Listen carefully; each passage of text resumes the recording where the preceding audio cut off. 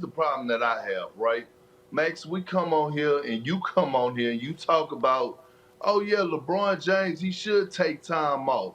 But excuse me, last time I checked, didn't LeBron James just commit to the Lakers and sign a 2-year, $80 million extension, $40 million a year? So that goes to show me that he's saying, you know what?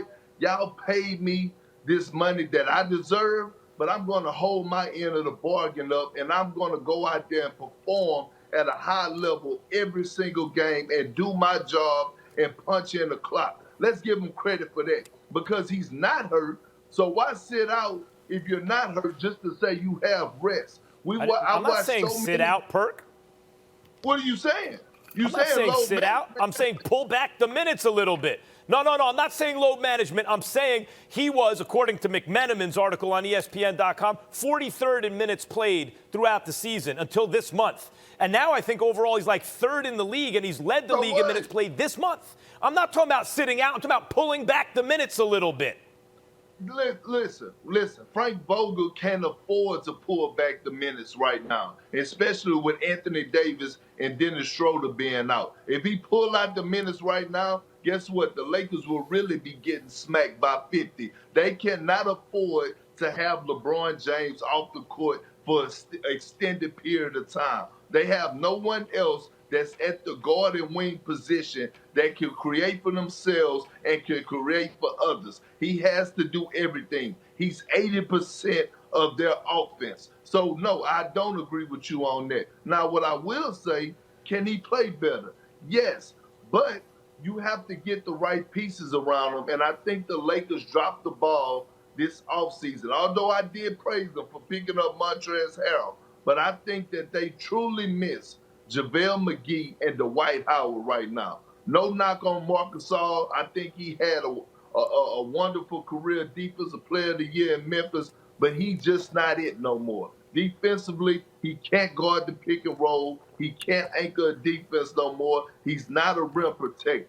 When you look at LeBron James and you look at why his numbers are dropping, it's because of the simple fact that he is used to running a high pick and roll with a dynamic roller, an athletic big that is a live threat at the basket so that you have to pick and choose your poison. Now he's having to go a lot more isolation where teams are able to load up on him and take away driving gaps and things to that nature. He's having to do more without Anthony Davis. But should the Lakers cut back on his minutes? Hell no. They need to be cutting up and increasing his minutes because they need to get a win. Well, you know what? The last part, because he did play 43 minutes last night, I think that's a little bit too much. But then again, I don't care because it's LeBron James, and whatever it takes to win, he'll do. I will tell you this, though. Your point is incredibly valid about JaVale McGee and Dwight Howard, because when LeBron attacked the rim, you had to worry about him lobbing passes to those brothers, okay? Because the one thing that they could do was finish at the basket with an alley-oop. You don't really have to worry about that right now. So because of that, you have interior defenders able to key on him and force him to do more than he's accustomed to, than he really should have to do, or that he's accustomed to doing at least over the last year or so, because the Lakers had the personnel where they just lob it up and cats would finish at the basket. Not only that, they limited you to one shot because they crashed the boards and they rebounded. That's not the case this year with the Lakers as well. Yeah. And so it's problematic because other people are getting additional bites at the apple because they're not grabbing boards the way that they did last season, obviously due to health reasons and the absence of McGee and Dwight Howard. There's no debate there. I mean, Gasol looks a little cooked, as Perk, as you point out, and Dwight Howard was just an active defender. He was much more active, and I agree that they missed that. But I want to get back to LeBron James and why you peel back the minutes. You pull back the minutes a little bit. Stephen A., you acknowledge 43 probably a little too much. Number one, I think he becomes less effective, as any player does, past a certain number of minutes, particularly at his age. And you bring up the fact that you trust LeBron, Stephen A., and for good reason. Some dudes are different. Not only genetically different, but they take care of themselves differently. I think of like Cal Ripken Jr. in baseball, had the consecutive games played streak. At shortstop, no less, right? Like, he's just different. LeBron is like that. I get it. But that doesn't mean because your track record is one thing that you can't, that you like just ignore the kind of attrition that takes place on the other hand. The fact is, he's in uncharted territory, as I said. We don't know the effect of it. And when you talk about Kobe, and we argued about this earlier in the show, Kobe took fanatical care of himself. There's no doubt about it. And at a certain point, Stephen A., we won't get into the why he played it or whose decision it was, because that's a separate debate.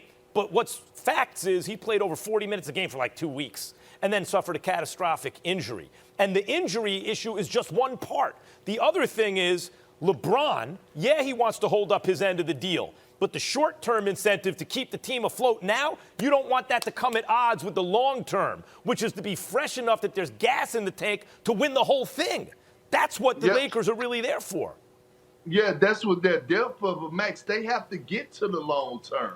And right now, they're not playing inspiring basketball. And right now, they're desperate for a win. Yes, I'm saying it. They are desperate for a win. Look at the last 2 games, Max. This is what I'm telling you. Put us back on the 3 blocks. I need to see Max's face when I'm talking to him right now. I need to see his face. Okay, there you go. This is what I'm telling you. This one goes to show me that you haven't watched the last 2 games, because you're sitting up here telling me like last night that he played 40-plus minutes. They went into overtime. They couldn't afford to take LeBron James off the court because he missed the free throw. Yeah, but okay, cool. But they couldn't afford to take him off the floor. The game before that, it was a possession-by-possession game, went down to the last shot by Alex Caruso, which he missed in the corner. They couldn't afford to take him off the floor. It's no other guy that they could put on the floor, especially while Dennis Schroeder is out, that's going to be able to create and be that ball handler and run the offense. That's all I'm telling you, man. Thanks for watching ESPN on YouTube. For live streaming, sports, and premium content, subscribe to ESPN+.